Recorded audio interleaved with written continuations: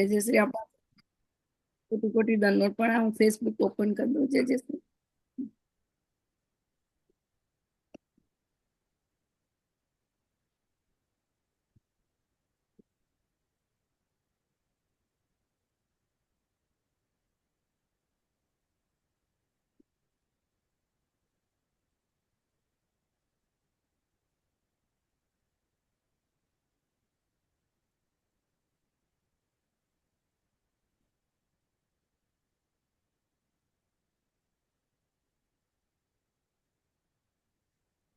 હા બોલો. હા જય જય અસ્મિતાબેન. જય આપના ચરણમાં કોટી કોટી ધન્યવાદ પણ આપ પરમ પૂજ્ય 108 કન્યા બાવાસી સુરત બિરાજો છો. ટાઈમ થઈ ગયો છે જે આપસી પધારે પણ હવે આપશ્રી હા કન્ટિન્યુઅસ પધારજો અને અમને વચરામૃતનો કુથાર્થ કરજો અને આજના વચરામૃતનો કુથાર્થ કરો જય શ્રી અને વલ્લભા આદિ સકી જય અને બસ અમને કન્ટિન્યુઅસ આપતા રહેજો જય શ્રી ના ના જરૂર.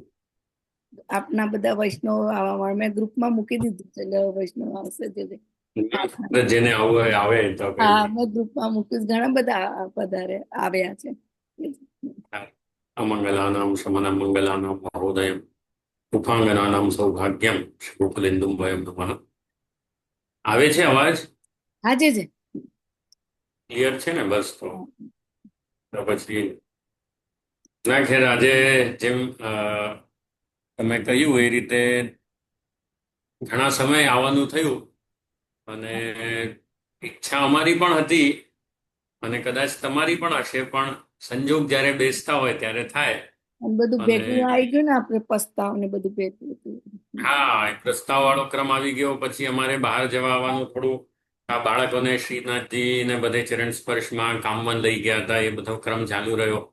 અમે જોયા કારણ કે હતા હા ફોટા જોયા હતા એમાં હા એ શું પહેલા થઈ જાય તો સારું પડે. હા હા પછી એટલે પહેલા ચંદ્રમાજી ને શ્રીજીની સન્મુખ કરી દીધા બાળકોને. હમ. એમના જ બાળકો છે તો એ જ સાચવે. ના ના હમ. બરોબર અ, ઘણા સમય પછી વચ્ચે યુકે હતો હું 10-15 દિવસ એવું બધું થયું. ઓકે અને હવે કાલે તમારો ફોન આવ્યો હતો ત્યારે તમે કહ્યું હતું કે એક કોઈ લાંબો વિષય આપણે લઈશું. હા હાજર આ વખતે તો નહીં લઈએ, હવે આપણે આગળ વિચાર કરીશું. સારું આજે તો અ, આપણે એક જે પુષ્ટિ માર્ગનો અગત્યનો વિષય છે ને જે સેવા કરવા વાળા લોકોને પણ ખરેખર ધ્યાન રાખવા જેવી વસ્તુ છે. હમ. એ વિષય મને ધ્યાન આવ્યો અને અને આજે કસુંબી છઠ છે પાછો અમારા આજે તમારા હિસાબે કશું બી શક છે. આજે તમે હા કહ્યું નહીં તો હું પણ કેસરી અને લાલ ઉપરનો પહેરી લેતો. બંડી તો લાલ નથી મારી પાસે. અંદર લાલ છે ને જે ઓરેન્જ ને એવું છે તો મને લાલ દેખાય છે જે આપનામાં અંદર આ તો અહીંયાના ઇન્ટરનેટની કમી હશે. ના તો હવે વસ્તુ એ છે કે અ, આજે ખરેખર અમારા ત્યાં પણ ઉત્સવ છે સપ્તમી. તો અ,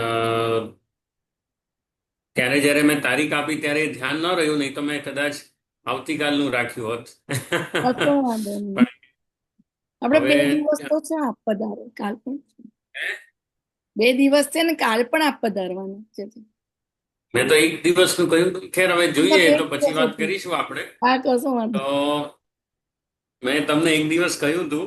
ઓ તો હવે આંખ મને આજે જે દીદી છે નહીં કશો વાંધો આજની ચર્ચા કરીએ આપણે. કશો વાંધો કે આજે અમારા ઘરમાં ઉત્સવ છે.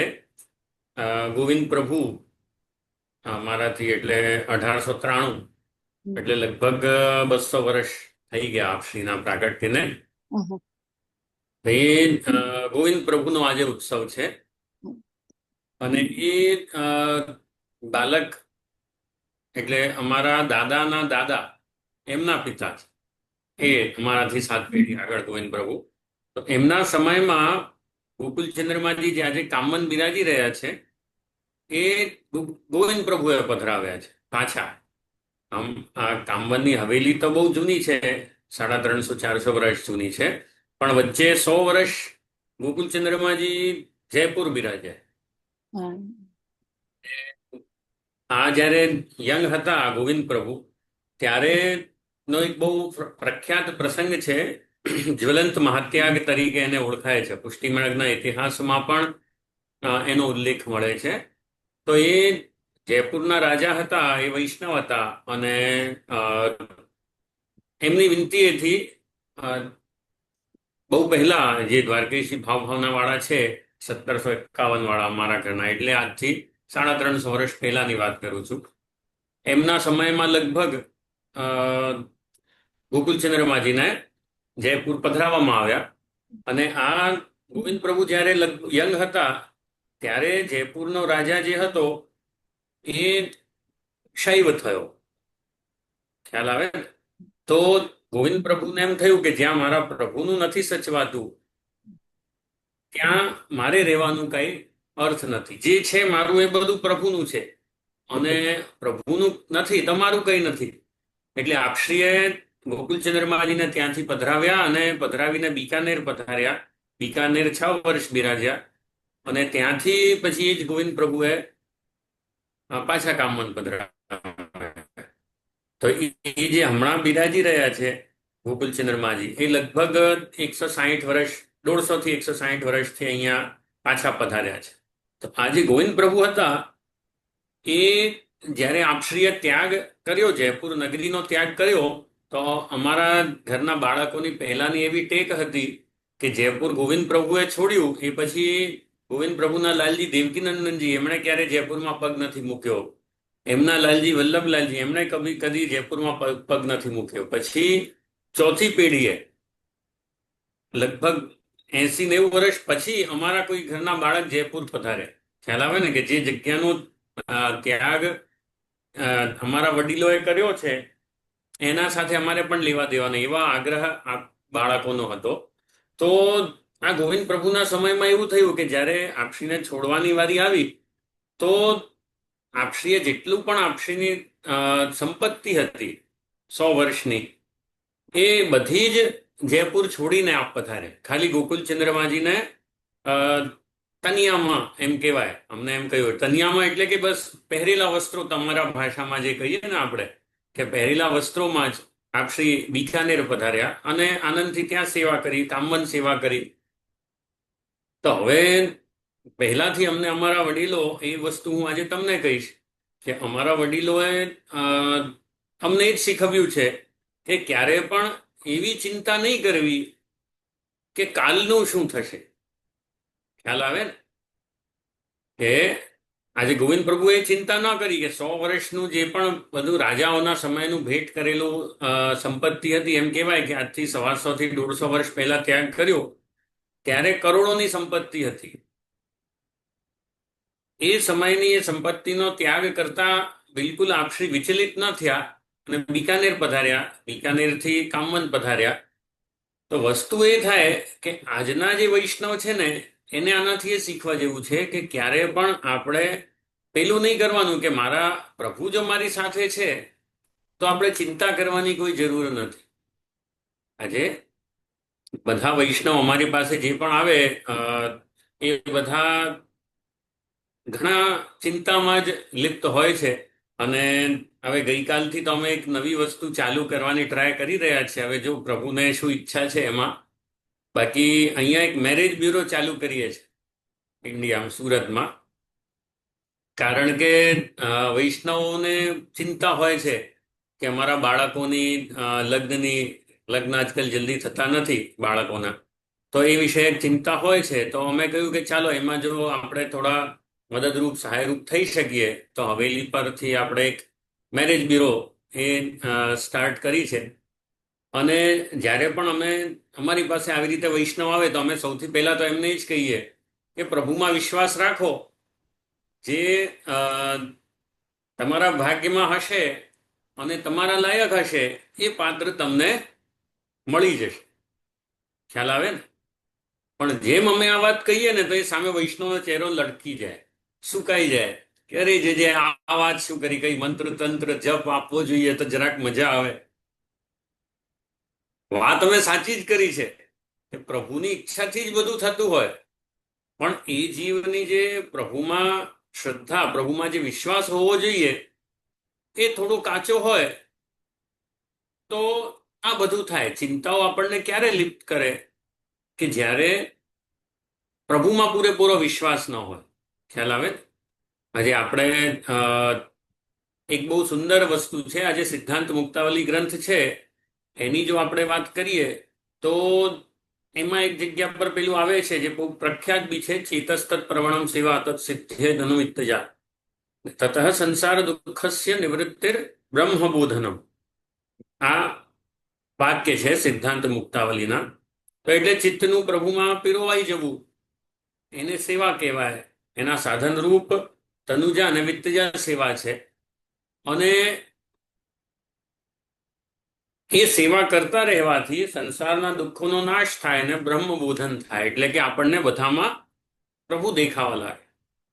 હવે આજે જે હું તમને બધાને સમજાવવા માંગુ છું એ જ સમજાવવા માંગુ છું કે આપણે બધા બધું કરી રહ્યા છીએ, સેવા પણ કરીએ છીએ, બધું જ આપણે કરી રહ્યા છીએ, જે કે એક વૈષ્ણવ તરીકે આપણે પાઠ પણ કરતા હોઈએ, જપ પણ કરતા હોઈએ.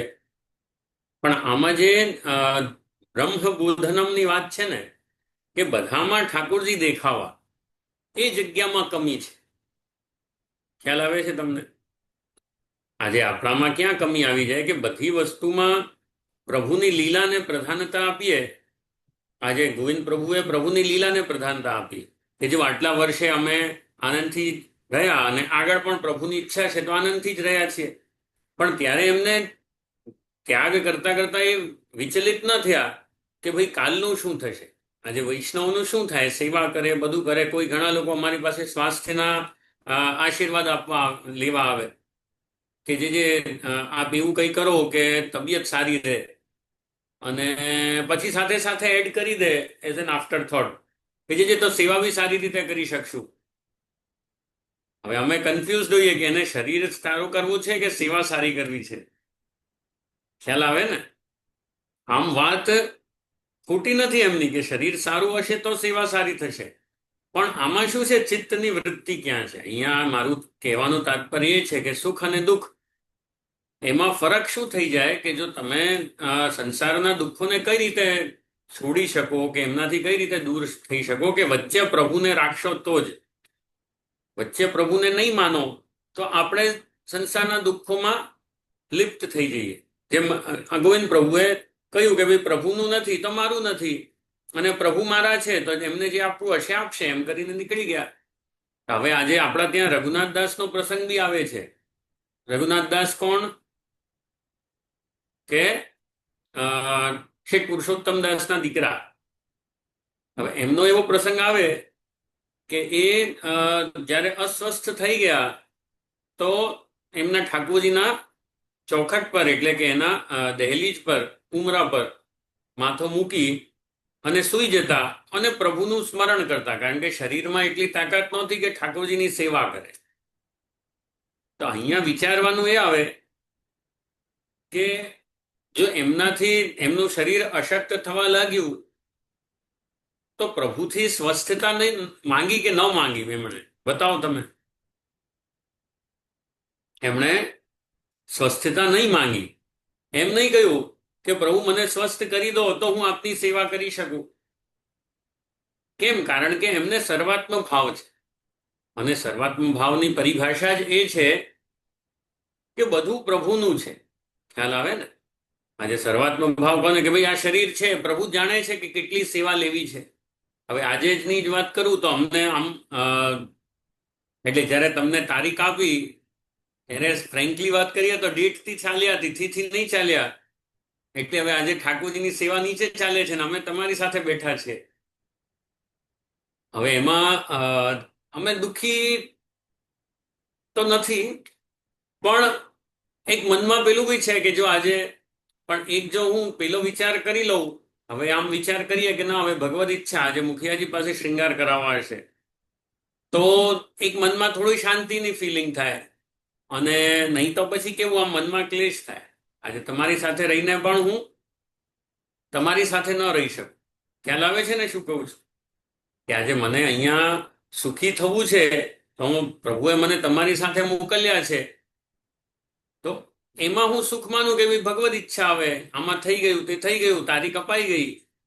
એક વખત મેં વિચાર્યું કે કાલે રાત્રે કે તમને ફોન કરીને કહું કે આપણે એક દિવસ શિફ્ટ કરી દઈએ, પછી હવે મારા શ્રી કે ચાલવા દે, હવે ક્યાં બધું શેડ્યુલ પેલું થઈ જાય.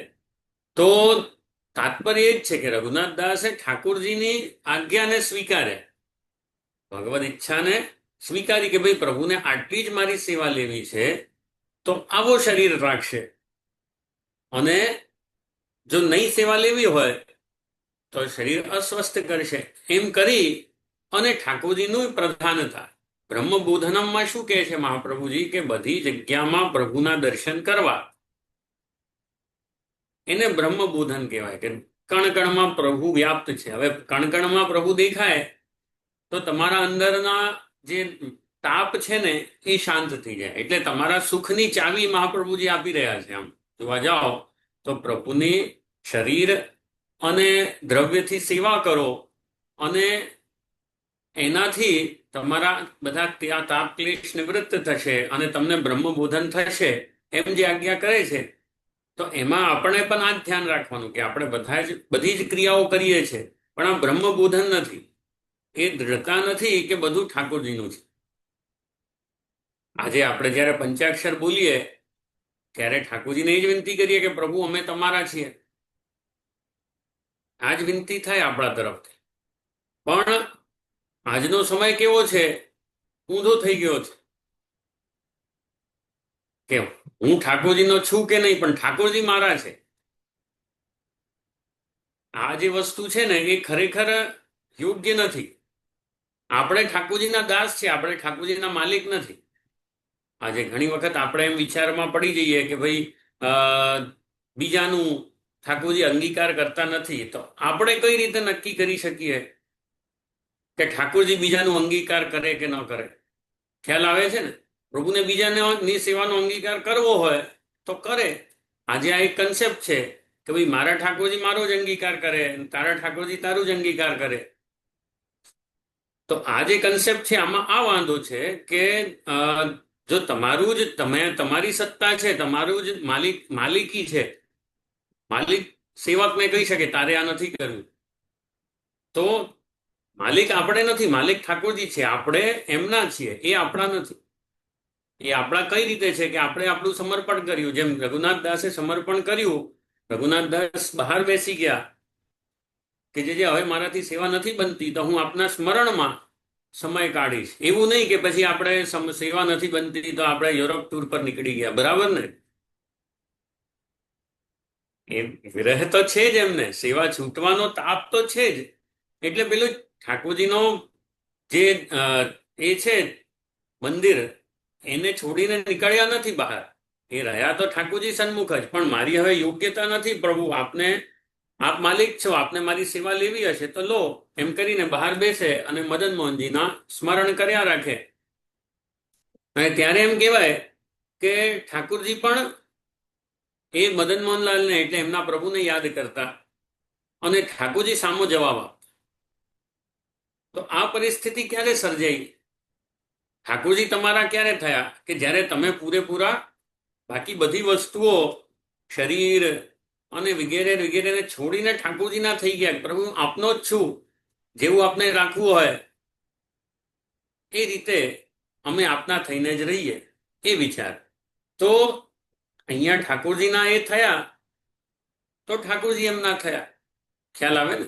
એટલે આપણે પણ આ જ વસ્તુનો વિચાર રાખવો જોઈએ. આ ઘણા ભગવદીના પ્રસંગોમાં આવું થયું છે કે આજે ગજ્જન ધાવનનો પ્રસંગ આવે કે નવનીત પ્રિયાજી એમને આજ્ઞા કરી કે તમે મને ગુસાઈજીના ત્યાં પધરાવી આવો, ત્યાં મારે સેવા લેવી છે. તો એમણે એમ કહ્યું કે નહીં, તમે તો મારા છો, મને મૂકીને કઈ રીતે જશો, હું આપના વગર કઈ રીતે જીવીશ? એમને ચિંતા થઈ? એમને ચિંતા નથી થઈ. એમણે તો શું કહ્યું કે ભગવદ ઈચ્છા, આપની જે ઈચ્છા એમ હું કરીશ. એટલે પછી ગુસાઈજીના ઘરે પધરાવી દીધા, પણ સાથે સાથે શું કર્યું કે પોતે પણ ત્યાં જ રહેવા ચાલ્યા ગયા અને ગુસાઈજીના મહાપ્રભુજીના ત્યાં જ જઈને પછી એમણે એ કરી. પણ એમ નહીં કહ્યું કે પ્રભુ આપ મને મૂકીને નહીં પધારો, એવી વાત તો નહીં કરી. તો આ જે વસ્તુ છે ને આને સર્વાત્મ ભાવ કહેવાય. કે બધામાં પ્રભુની લીલાના દર્શન, બધામાં પ્રભુનો વિચાર કે જો ભગવદ આજ્ઞા આવી થઈ છે તો મારે પછી એ રીતે થઈને રહેવું છે. આજે આપણા ત્યાં એક બીજો પ્રસંગ બી આવે કે જ્યાં પેલા ડોકરીનો પ્રસંગ છે. એ ડોકરીએ શું કર્યું કે એના ઘર પેલો એક કપાતમાં આવતો હતો, એક એમાં આવતો હતો કે એને આપણે કહીએ ને કે રોડ બ્રોડનિંગ ને એનામાં આવતો હતો. તો ત્યારે ડોકરીએ એક અધિકારી હતો એ આવ્યો અને અધિકારીને આવીને કહ્યું કે ભાઈ તું જરા જોઈ લે કે આમાં મારું ઘર ન કપાય. તો પેલા જે અધિકારી હતા એના હૃદયમાં ઠાકોરજી બિરાજ્યા હશે અને એણે કહ્યું કે કઈ વાંધો નહીં બા, એવું કરું હું કે તમારું ઘર આમાં કપાતમાં નહીં આવે, રોડ થોડો હું ફેરવી દઉં. તો એનું ઘર બચી ગયું અને એનું ઘર બચી જવાથી એ ડોકરી બહુ પ્રસન્ન થઈ અને ડોકરીએ પેલા વ્યક્તિને કહ્યું કે તેને મોકું જીવાય. ખ્યાલ આવે ને? આજે ડોકરીએ શું કહ્યું કે તેને મોકું જીવાય. હવે આ વાતથી ઠાકોરજી નારાજ થઈ ગયા. ઠાકોરજીની અપ્રસન્નતાનું કારણ બને. કારણ શું હતું કે ઠાકોરજી એને અનુભવ તકાત કરાવતા હતા. તો એ ડોકરીથી અંતર ધ્યાન થઈ ગયા, તિરોધાન થઈ ગયા. એનો મતલબ શું કે જે ઠાકોરજી એને અનુભવ કરાવતા હતા એ અનુભવ કરાવતા બંધ થઈ ગયા. કારણ શું હતું કે ત્યાર સુધી એને બધું પ્રભુનું જ દેખાતું હતું કે બધું પ્રભુનું જ છે. પણ એ દિવસ એવું થયું કે એણે એમ કહ્યું કે ભાઈ તમારું નહીં પણ આ જીવના કારણે મારું જીવન ચાલુ રહ્યું છે. તેને મૂકું જીવાયો એટલે કે તે મને બચાવી લીધી. ત્યાં પ્રભુનું સ્મરણ નહીં થયું. તો અહીંયા હું તમને લોકોને એ જ કહેવા માંગુ કે આપણા અંદર આ ભાવના દૃઢતાથી રહેવી જોઈએ કે આપણે અને આપણું બધું જે આપણે બ્રહ્મ સંબંધમાં પહેલા જ દિવસે કહ્યું છે એ બધું જ ઠાકોરજીનું છે. અને જ્યારે આ વસ્તુ મનમાં વિચાર હશે ત્યારે મન પ્રફુલ્લિત અને નિશ્ચિંત હશે. અને જ્યારે મનમાં ઇતર વિચાર થાય કે ભાઈ આ બધું બધામાં પછી દોષ બુદ્ધિ ક્યારે આવે, આજે કોઈમાં પણ દોષ બુદ્ધિ ક્યારે આવે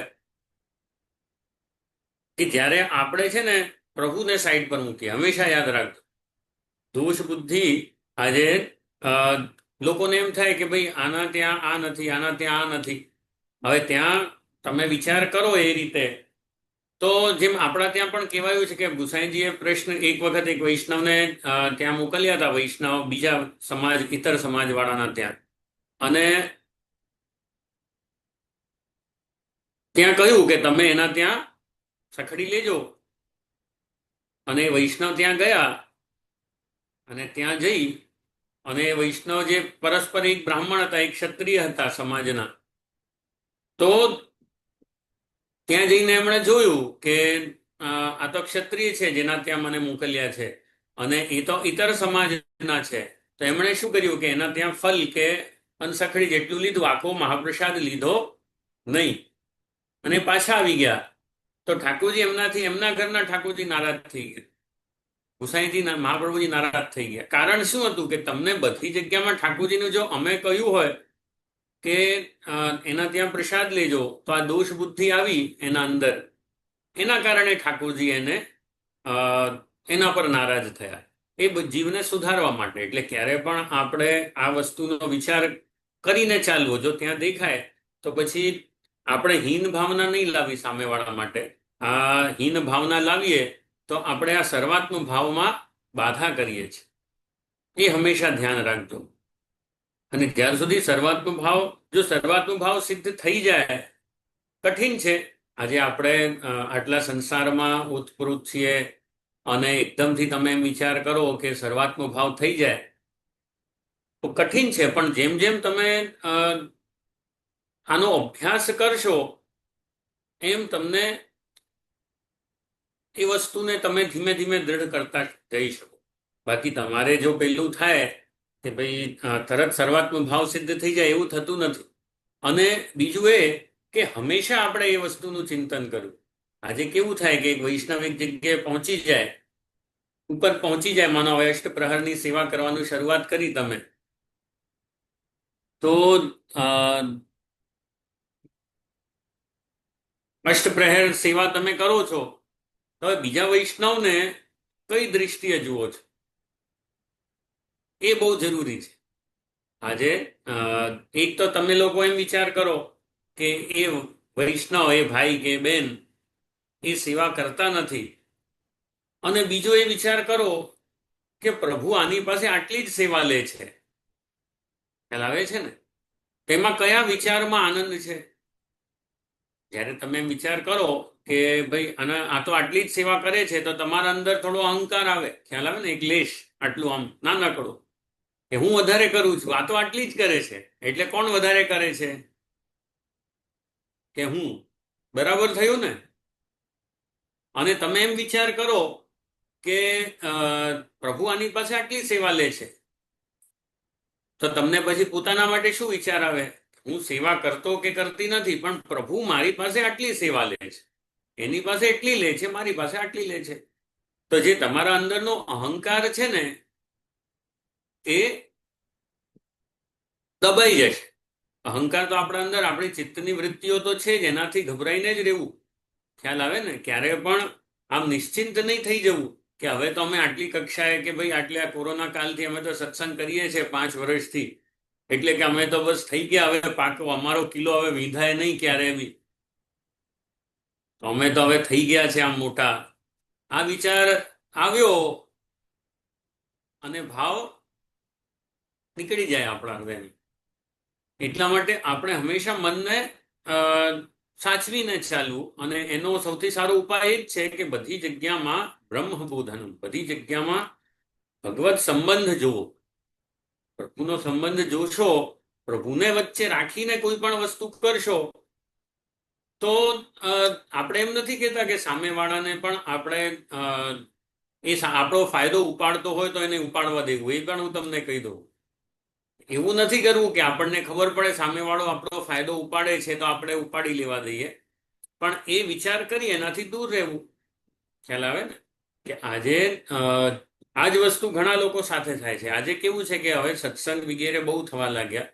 ઘણી જગ્યા પર સત્સંગ ઓનલાઈન પણ ચાલતા હોય, ઓફલાઈન પણ સત્સંગ ચાલતા હોય, જેનો ઘણો મોટો લાભ છે સમાજને. પણ આની સાથે સાથે એક ચિંતા જે અમને થાય છે સમાજ વિષયક, વૈષ્ણવ વિષયક, એ થાય છે કે અમે જોયું છે કે જે આ તમારા માટે નથી કહેતો, હા, પણ એક વાત કરું છું કે જે લોકો વધારે સત્સંગ, તમે સત્સંગ કરાવો છો, પણ ઘણા લોકો કેવા છે કે પોતે વાંચન કરે, પોતે બધું કરતા હોય, તો એ લોકોના અંદર એક તકલીફ અમે જોઈ છે કે જે એ બધાએ થોડું સાચવવું જોઈએ, કે એને દોષ દૃષ્ટિની ટેવ પડી જાય. આજે દોષ દૃષ્ટિ સામેવાળામાં કરો તો આપણા અંદર અહમ પોષિત થાય. ખ્યાલ આવે ને? કે આજે તમે એમ સામેવાળાને કહો કે ભાઈ આવું છે, આવું છે, આવું છે, તો આપણા અંદર દોષ આવે. તો જ્યારે સામેવાળા, આજે લોકો તો એવા છે કે હવે વલ્લભ કુલમાં જ દોષ જોવા લાગી ગયા છે, તો પછી વૈષ્ણવની તો વાત જ ક્યાં આવી? ખ્યાલ આવે છે ને? પણ તમે જે સત્સંગ કરો, તો સત્સંગ કરતી વખતે એ જો વિચાર કરો, એક તો એમ વિચાર આવે કે ભાઈ હું આટલું કરી શકું છું, મારામાં ઓરેટરી છે, મારામાં આવું છે, તેવું છે. તો હમણાં જ અમે એક વૈષ્ણવને મળ્યા હતા, તો એમનો બી સત્સંગ આજકાલ બહુ ચાલે છે. અમદાવાદ મળ્યા હતા અમે, હું હતો અને અમારા યદુનાથ જીજાજી હતા, દ્વારકેશ હતા, અમારા બાવાના લગ્ન પછી તરત. તો એક નાનું રિસેપ્શન જેવું રાખ્યું હતું. તો એક વૈષ્ણવનું સત્સંગ બહુ ચાલે છે, નામ તો શું લેવું, પણ વ્યુઅરશિપ બહુ છે એમની, હશે. તો હવે એ વૈષ્ણવ અમને સામે મળ્યા, તો જેમ વલ્લભકુલની સાથે બે સાવધાન ખબરદાર કરવા વાળા હોય ને, એ રીતે એમની સાથે હતા.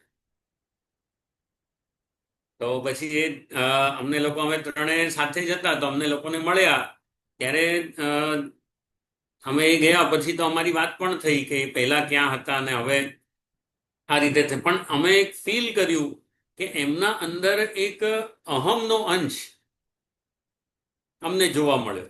હવે એમાં એ તો માને તો 10 સેકન્ડ માટે મળ્યા હતા, અને કંઈ એવું નથી અને અમને તો આદર જ આપ્યો. એવું નથી કે અમને આદર નથી આપ્યો, અમને દંડવત કર્યા, બધું કર્યું, પણ એમની સાથે જે બે વૈષ્ણવ ને આ તે જે અમે જોયું તો એનાથી અમને ફીલ થયું કે ક્યાંક ને ક્યાંક એમના અંદર અહમ હશે. હોવો જ જોઈએ. તો આમ આટલું તો હવે જાણી જઈએ, આટલા વૈષ્ણવો સાથે રહ્યા છીએ તો વસ્તુ શું આવે અહીંયા વિચારવાની એ આવે કે જે વાર્તાઓ, જે પ્રસંગો વાંચી વાંચીને આપણા અંદર આ જ્ઞાન આવ્યું, એ પ્રસંગોથી આપણે શીખી નથી શકતા. ખ્યાલ આવે ને? આજે ઘણા લોકો કેવા છે, બહુ બધા પ્રસંગો બહુ યાદ હોય. આજે ઘણી વખત અમારી સાથે ના યાદ આવે, અરે અમારી સાથે થાય કે અમે વૈષ્ણવનું નામ ભૂલી જઈએ કે એમના ઠાકોરજીનું નામ આગળ પાછળ થઈ જાય. પણ વાત ઠાકોરજી કે વૈષ્ણવની નથી, વાત એ જે આપણને હાર્દ શીખવાડે છે. હવે આ વૈષ્ણવને જોઈને મને એમ વિચાર આવ્યો કે જે દામોદરદાસજીનો ને ગુસાઈજીનો પ્રસંગ, એ વૈષ્ણવને જોઈને મને એ વિચાર આવ્યો કે જો આ લોકોને જરૂર છે ખરેખર કે જે પેલો એ દામોદરદાસજીની વાર્તા તો બધાએ જ વાંચી હોય, કારણ કે સૌથી પહેલી વાર્તા છે. તો એ પહેલા વૈષ્ણવ હવે 84માં સુધી ઘણા લોકો નથી પહોંચી શકતા. પેલા આરંભે શુરા ને અંતે અધૂરા વાળું થાય તો 25-30 વૈષ્ણવ સુધી પહોંચીને ઘણા લોકોની બ્રેક લાગી જતી હોય, પણ પહેલો વૈષ્ણવ તો આવી જ જાય. એટલે દામોદરદાસજીના પ્રસંગો તો ભાગ્યે જ કોઈ એવું હશે કે જેને 84-252 ઉપાડ્યું અને નહીં વાંચ્યા હોય. તો એમાં એ પ્રસંગ આવે છે કે આપશ્રીએ જ સિદ્ધાંત રહસ્ય ને અમુક ગ્રંથોનું અધ્યાપન એટલે કે ભણાવવું, સમજાવવું એ ગુસાઈજીને કર્યું. ગુસાઈજી તો બહુ નાના હતા જ્યારે મહાપ્રભુજી આસુર વ્યામોહ લીલા કરી. આપશ્રી તો બહુ જ નાની વયના હતા. તો ગુસાઈજી એ જ દામોદરદાસજીએ ગુસાઈજીને આજ્ઞા કરી હતી કે પ્રભુ યહ માર્ગ એકાંતતા કો નહીં હૈ, યહ માર્ગ હાંસી ખેલ કો નહીં હૈ. એ જે પ્રસંગ આવે એમાં પછી આવે કે સિદ્ધાંત રહસ્ય પણ દામોદરદાસજીએ ગુસાઈજીને ભણાવ્યું અમુક અંશ. તો ગુસાઈજીએ ત્યારે દામોદરદાસજીને કહ્યું કે આપે મને આ ગ્રંથ ભણાવ્યો. એમ કે દામોદરદાસજી આપે મને આ ગ્રંથ ભણાવ્યો. તો દામોદરદાસજીએ શું કહ્યું? ત્યારે દામોદરદાસજીએ શું વાત કરી? દામોદરદાસજીએ વિનંતી કરી કે પ્રભુ આપનું જ તો હતું, આપને જ સોંપી રહ્યો છું, પાછું મારું શું છે આમાં? ખ્યાલ આવે છે ને? આ સર્વાત્મક ભાવ. અહીંયા જે બ્રહ્મબોધનમની વાત કરે છે મહાપ્રભુજી સિદ્ધાંત મુક્તાવલીમાં, આને બ્રહ્મબોધન કહેવાય કે એ જ આપી રહ્યા છે. આમ જોવા જાઓ પ્રેક્ટિકલી સ્પીકિંગ તો દામોદરદાસજીએ જ ભણાવ્યું ગુસાઈજીને, પણ એના અંદર પેલો અહંકારનો અંશ ન આવે એટલા માટે દામોદરદાસજીએ શું કહ્યું કે એના અંદર એટલી દીનતા હતી કે મારું તો મારામાં કંઈ છે જ નહીં. જો તમે વિચાર કરી લો કે મારું છે તો ખોવાવાની વસ્તુ આવે. આમાં દામોદરદાસજીએ તો એ જ માન્યું કે ભાઈ મારું હતું જ નહીં, મહાપ્રભુજીએ મને આપ્યું હતું ને હું એમના પુત્ર એટલે ગુસાઈજીને સોંપી રહ્યો છું, મારી તો વસ્તુ હતી જ નહીં. અને એના અંદર પેલું આવી જાય કે મારામાં તો એટલો નોલેજ છે અને આ ગુસાઈજી છે એ તો બાળક છે, એને કંઈ સમજ નથી. એક વાત છે સહેજ, એ જો વિચાર આવે એના અંદર તો એની દીનતા જાય કે ન જાય? એને સામે દોષ બુદ્ધિ દેખાય કે ન દેખાય? ગુસાઈજી તકાતમાં દોષ બુદ્ધિ દેખાઈ જાય. જો આવી વિચારધારા હોય તો એમાં નુકસાન કોનો થાય? ગુસાઈજીનું કંઈ થવાનું નથી. ઠાકોરજી તો જ્યાં બિરાજે છે એ કદાચ દામોદરદાસજી અપ્રસન્ન જ થાય, આ વાતથી પ્રસન્ન તો થવાના નથી. પણ દામોદરદાસજીએ પોતાનું ભાવ સાચવી તમને લોકોને શિક્ષા આપી છે. ખ્યાલ આવે કે આપણી પાસે જેટલું પણ બધું છે એ બધું પ્રભુનું જ છે. અને એ જ વિચારધારા આપણે જો રાખીશું ને તો આપણે હંમેશા આનંદમાં રહીએ, હંમેશા કુલ રહીએ. જે તમે લોકો બધા કહો ને ત્યાં વિદેશમાં બધા કુલ કુલ બહુ કરે, આમ બધા હોય તામસી પણ બધા આમ કુલ કુલ બહુ કરે. તો ખરેખર અંદરથી કુલ રહેવું છે તો આ સર્વાત્મ ભાવ કેળવવાની કોશિશ કરવી જોઈએ. સર્વાત્મ ભાવ કેળવશો કે ભાઈ પ્રભુને પ્રભુએ મને આપ્યું ને પ્રભુનું જ હું આગળ આપી રહ્યો છું, તો તમારા અંદર અહમ નહીં આવે. અને નહીં તો તમારા અંદર શું થાય કે બીજાને સત્સંગ કરાવશો તો તમારા અંદર પેલું જ્ઞાનનો અહંકાર આવવા લાગે. અને જ્યારે જ્ઞાનનો અહંકાર આવે કોઈ પણ વસ્તુમાં, તમે આપણામાં કહેવાયું છે કે વિષયાક્રાંત દેહાનામ નાવિશ સર્વથા હરે, એક વાક્ય છે મહાપ્રભુજીનું, કે જ્યારે આપણે વિષયોમાં પડેલા હોઈએ કે એનાથી આક્રાંત હોઈએ ત્યારે ઠાકોરજી આપણા હૃદયમાં પધારતા નથી. હવે આ દામોદરદાસજીના હૃદયમાં જો આ વિષય હોત કે અહંકાર એ હોત તો ઠાકોરજી નહીં પધારે, અને ઠાકોરજી હતા તો એ વિષયો નહીં પધાર્યા. ખ્યાલ આવે છે ને શું કહું છું?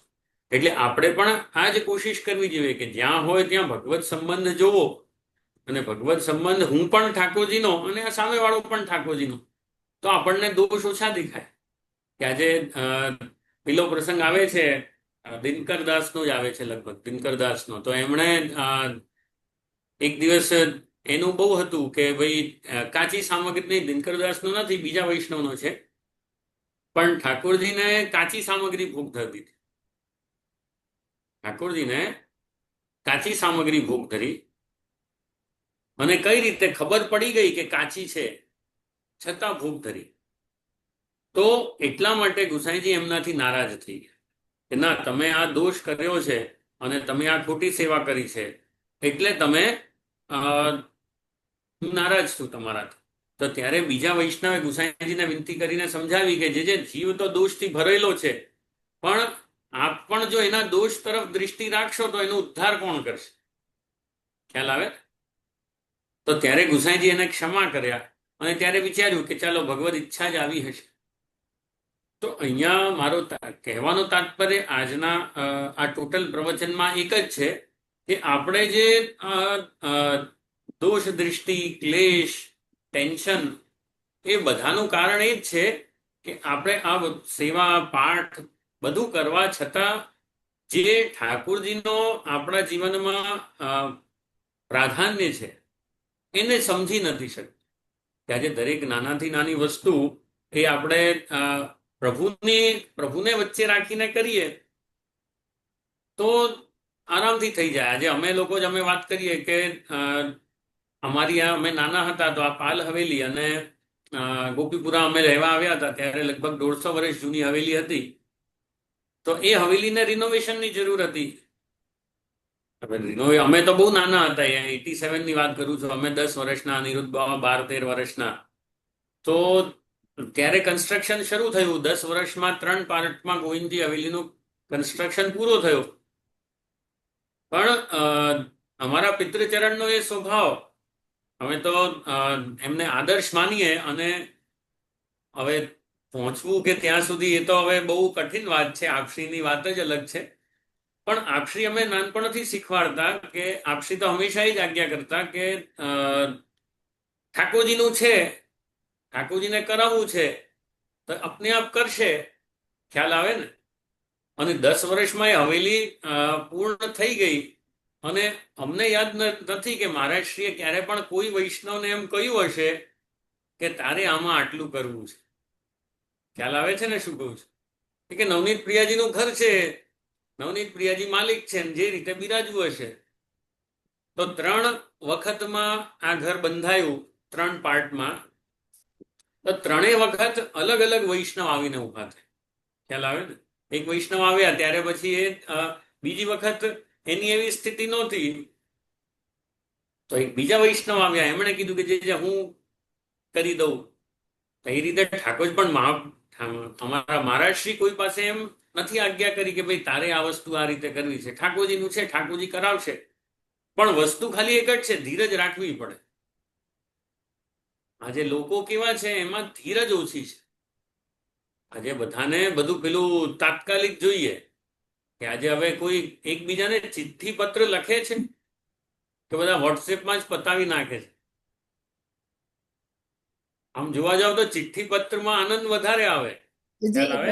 વર્ષમાં એક જ વાર લખાય ભાઈને રક્ષાબંધન. એક વાર પત્ર લખો છો? હા, વર્ષમાં એક વાર રક્ષાબંધન, 2 ભાઈઓને બસ રક્ષાબંધન. હા, એ પત્ર જતા રહે. પહેલા વર્ષો પહેલા લખતા હતા ઇન્ડિયા. હા, ના ના, એ સારું. અમારે સારું છે, અમારા બહુજી પણ મોકલાવે છે રક્ષાબંધન પર, ત્યારે એ પણ લખતા હોય છે. પણ હવે અમારે તો આવે નહીં એટલે અમે તો કોઈને પત્ર લખતા નથી. બાકી અમે નાના હતા ત્યારે આનંદ બાવાને અમે લોકો પરસ્પર પત્ર લખતા. અમે બધા ભાઈઓ હતા ને નાના, હા. ત્યારે પરસ્પર અમે લોકો અહીંથી ભાવનગર મોકલતા, ભાવનગરથી અહીંયા અમને પત્ર આવતું. તો ધીરજ બહુ રાખવી પડતી એમ. પહેલા 10 દિવસે જવાબ મળે પાછો. હવે તો અમેરિકા તો અમે બાકી રાહ જોઈએ પત્ર ને એવું છે પહેલા તો. હા, એટલે એનો આનંદ અલગ હતો. પણ હવે બધા ઇન્સ્ટન્ટ વાળા થઈ ગયા છે. એટલે હવે ખમણ પણ ઇન્સ્ટન્ટ મળે છે, કેમ? આજે એટલે પછી હવે બધું જ ઇન્સ્ટન્ટ હોય તો પછી હવે ખાવામાં ઇન્સ્ટન્ટ, એમ ઠાકોરજીમાં બી બધાને ઇન્સ્ટન્ટ જોઈએ. તો ઠાકોર આ જે ઇન્સ્ટન્ટ વાળી વસ્તુ છે એમાં આપણી દ્રઢતા ડગવાની સંભાવના રહે. કારણ કે આપણે શું કે આપણા ટર્મ્સથી ચાલવા માંગીએ, અને ત્યાં બ્રહ્મબોધનમનું કે સર્વાત્મ ભાવની વાત નથી આવતી. એટલા માટે આપણે અધીરા થઈ જઈએ, અને એટલા માટે આપણે ક્લિષ્ટ થઈ જઈએ કે જો બધું પ્રભુને માની લીધું છે બાહ્ય રીતે. આજે આપણે બધુંને હવે તમે ગદ્દી મંત્ર રોજ સમર્પણ કરો ઠાકોરજીને, તમે એમ જ કહો છો પ્રભુ આપના છીએ, અને છતાં એ વસ્તુ જો દ્રઢતા નથી, સર્વાત્મ ભાવ નથી, તો આપણે પાછા ચિંતામાં આવી જઈએ. ત્યારે ગદ્દી મંત્રનું જ્યારે તમે કરો છો, ત્યારે ગદ્દી મંત્ર જે પણ ઠાકોરજીની સેવા વાળા જ હશો ને તમારામાંથી લગભગ તો બધા, તો ગદ્દી મંત્ર બોલો છો ત્યારે એ વસ્તુ આ મનમાં કેમ નથી નીકળતી? આ મનમાંથી પેલું કેમ નથી થતું કે નહીં પ્રભુ આપ છો તો હવે મને ચિંતાની જરૂર નથી, હું તો આપનો જ છું, આ બધું કરશો જ. ચિંતા છે તો અમારી ચિંતાઓ પણ આપને જ અર્પણ કરી રહ્યા છે, કે આપ આપને આપ કરશો. આ જો વિચાર આપણા અંદર આવી જાય તો આપણા શારીરિક દુઃખ હોય કે ફાઇનાન્શિયલ દુઃખ હોય કે સંસારને લાગતા દુઃખ હોય, બધા નિવૃત્ત થઈ જાય. એટલા માટે મહાપ્રભુજી અહીંયા કહે છે તતઃ સંસાર દુઃખસ્ય. કેમ કહ્યું? કારણ કે બ્રહ્મબોધન થઈ જાય તો આપણા જે સંસારના દુઃખો છે, જે આપણા ટેન્શન્સ છે, એ અપને આપ પ્રભુને સમર્પિત થઈ જાય કે પ્રભુ આપ છો તો મને ચિંતા કરવાની જરૂર નથી. આજે આપણે કક્ષાએ ન જઈ શકીએ પણ એનું સ્મરણ કરીને હિંમત તો બાંધી શકીએ. આજે કુંભનદાસજીના પ્રસંગમાં બધા, કુંભનદાસજીનો એક પ્રસંગ બધાને આમ બહુ પ્રિય છે, ખબર છે કયો? કે આપશ્રીએ સૂતકમાં દર્શન કરે.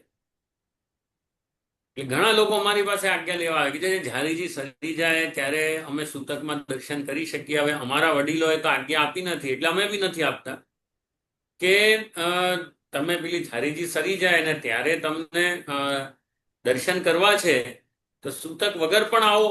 સૂતક વગર ઘણી વખત આવતા નથી. સૂતકમાં ઝારીજી સરે ત્યારે દર્શન કરવા આવવું હોય, અને પછી આવે તો કે મારાથી દૂર રહેજો, દૂર રહેજો, હું સૂતકમાં છું.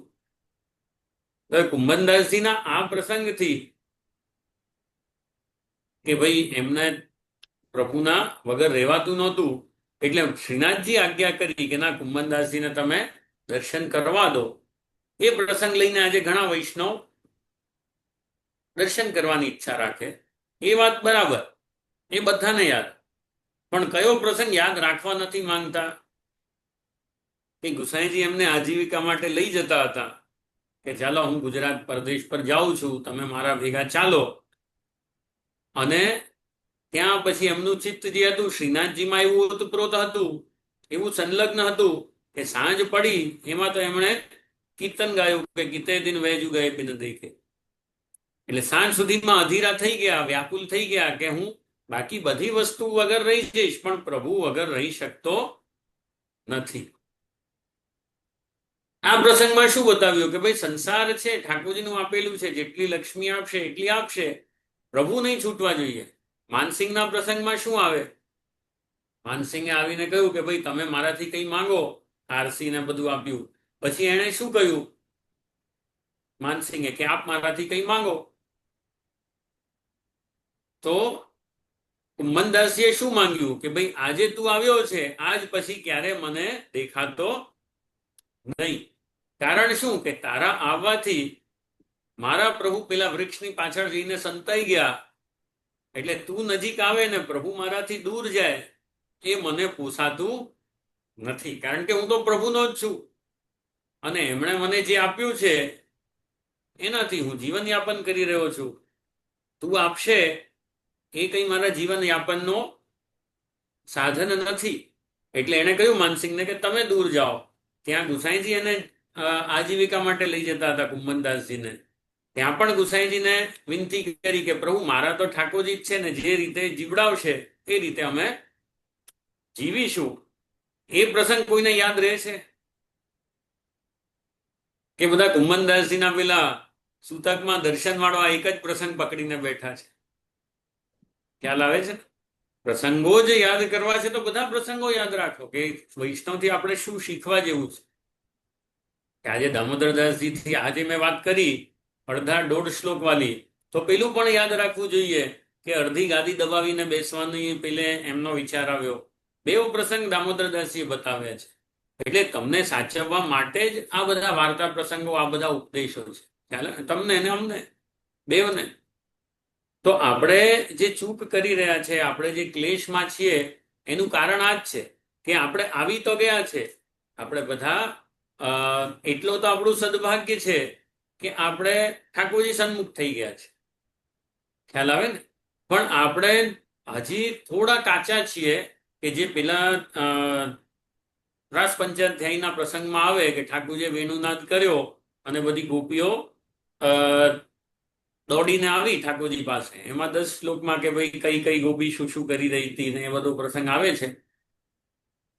બધા ઠાકોરજીની સન્મુખ આવીને ઉભા રહ્યા તો ઠાકોરજી એમને શું વાત કહ્યું, શું આજ્ઞા કરી કે ભાઈ તમે બધી અહીંયા આવી છો તો બહુ સારું લાગ્યું ને આ તે કર્યું. પછી કે જો તમારા હા ઘરવાળા આ કરે છે, આ ત્યાં જાઓ ત્યાં જાઓ ત્યાં જાઓ, અલગ અલગ વાત કરી.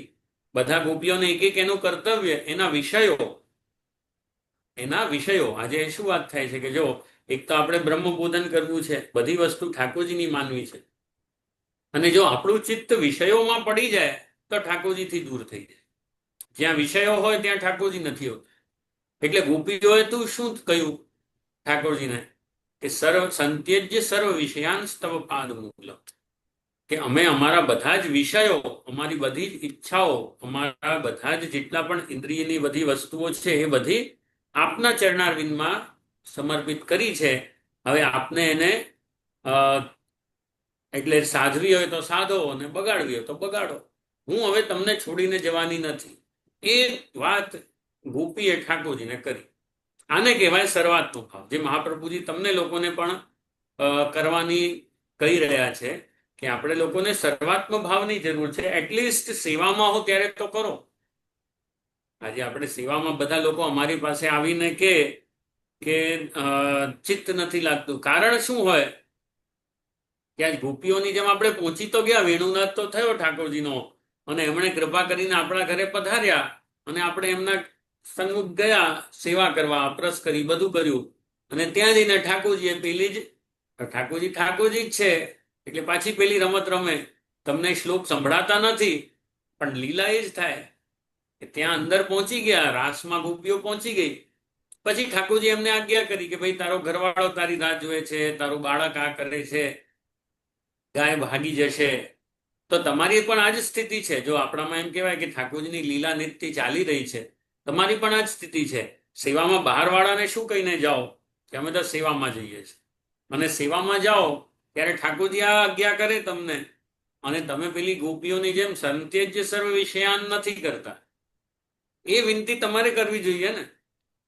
પ્રભુ આ બહારની જે દુનિયા છે તે જ, હમણાં તો હું આપની સન્મુખ છું તો બાકી બધું મૂકીને આપના ચરણારવિંદમાં ચિત્ત લગાડો. ગોપીઓએ આ જ કહ્યું. ત્યારે ઠાકોરજી એમની સાથે રાસ રમ્યા. અને પછી જ્યારે પાછા એ અહંકાર રૂપી એમના અંદર પાછા વિષયો આવ્યા, વિષય એટલે એક જ પ્રકારનો વિષય નહીં, કામ એટલે એક જ પ્રકારનો કામ નહીં. આ બધા જે ઇન્દ્રિયોમાં આપણા મનનું દોડવું એને વિષય કહેવાય.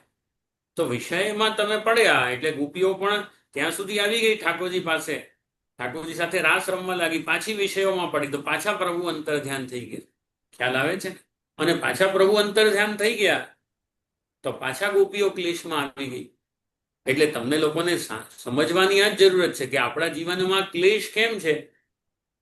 આપણે ફિઝિકલી ભલે ઠાકોરજીની પાસે હોઈએ પણ મેન્ટલી આપણે ઠાકોરજીથી દૂર છે.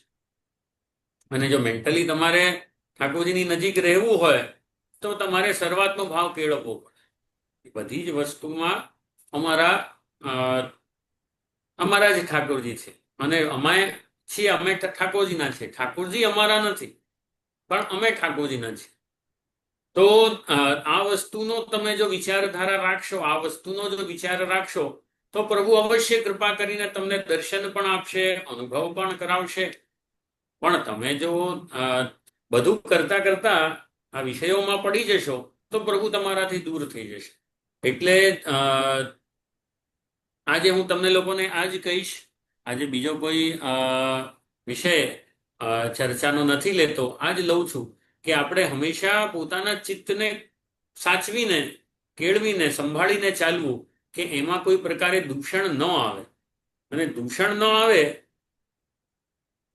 એનો એક જ માર્ગ છે કે આપણે વચ્ચે પ્રભુને રાખીએ.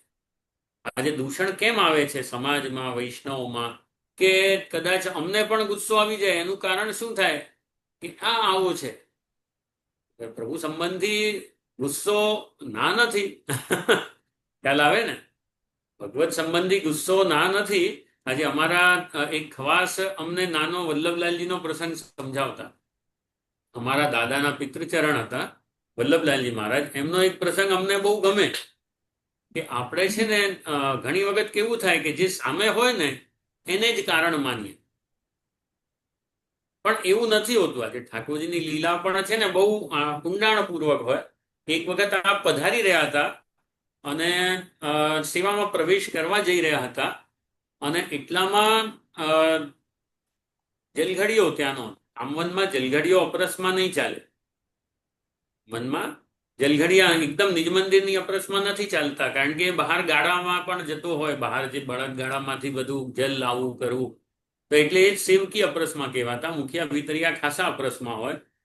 તો ખાસા અપરસ વાળા જો સેવકી અપરસ વાળાને અડી જાય તો છોવાઈ જઈએ. તો વલ્લભલાલજી મહારાજ સેવામાં પધારી રહ્યા હતા અને સામે જલઘડિયો આવ્યો અને અડી ગયો. તો જલઘડીઓ તો બહુ ગભરાઈ ગયો. એને કીધું કે કૃપાનાથ આમ ભૂલ થઈ ગઈ આ તે. પણ વલ્લભલાલજી મહારાજ નારાજ નહીં થયા, એના પર નારાજ નહીં થયા.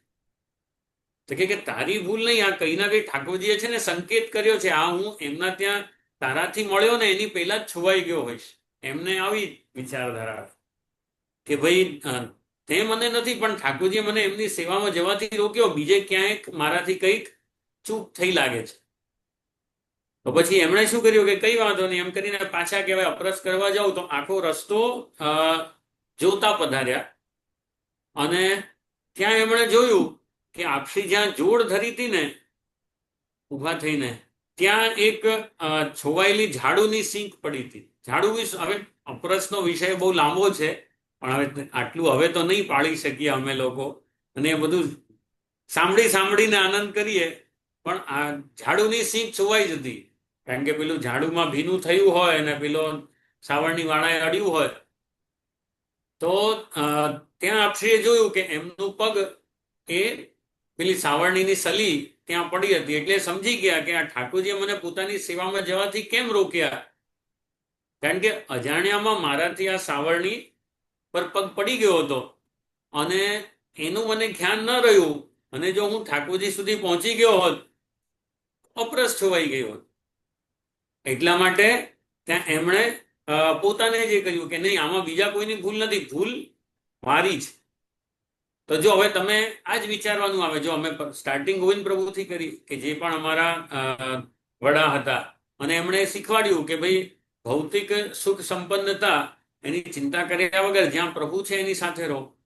અને અહીંયા હું તમને લોકોને અંત કરીશ કે વલ્લભલાલજીના પ્રસંગ પર, કે જે પેલા જલઘડિયા પર નારાજ નહીં થયા કે તે મને છોડાવી દે. ટચ તો એને કર્યું છે, પણ વલ્લભલાલજીને ખબર છે કે એ કારણ નથી, કંઈક બીજું હશે. બાકી એવું સંભવે જ નહીં, કારણ કે આપશી પધારતો પહેલાથી બધું ખ્યાલ આવી જતો બધાને, અને રસ્તો કરાવી દેવામાં આવતો. એ રીતે અલગ સમય હતો, સાથે જલગડિયા ભીતરિયા બધા ચાલતા, છતાં એટલે સેવકો ચાલતા, છતાં પેલો જલગડિયો અડી ગયો.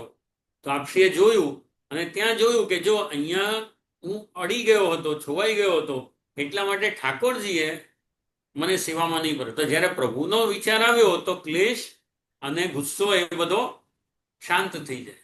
એટલે તમને લોકોને પણ જો ગુસ્સો ને બધું આવે તો ટીકડીઓ લેવી પડે, એટલો ગુસ્સો ચડી જાય એના કરતા ત્યારે ભગવત વિચાર કરી લો તમે, અને ભગવત સંબંધનો વિચાર કરી લો, અને આ મહાપ્રભુજીની આજ્ઞાનો વિચાર કરી લો કે ભાઈ તથા સંસાર દુઃખસ્ય નિવૃત્તિ બ્રહ્મબોધનમ, કે જ્યારે ભગવત સંબંધ બધી જગ્યામાં આપણે સ્થાપિત કરી દઈએ છીએ, બધી જગ્યામાં ઠાકોરજી દેખાય, તો આપણા જીવનના ક્લેશ, ટેન્શન, ગુસ્સા, ચિંતા એ બધું સ્વતઃ દૂર થઈ જાય છે. પ્રભુ જ એને હરી લે છે, કારણ કે ઠાકોરજી તો હરી છે, બધું હરનાર છે.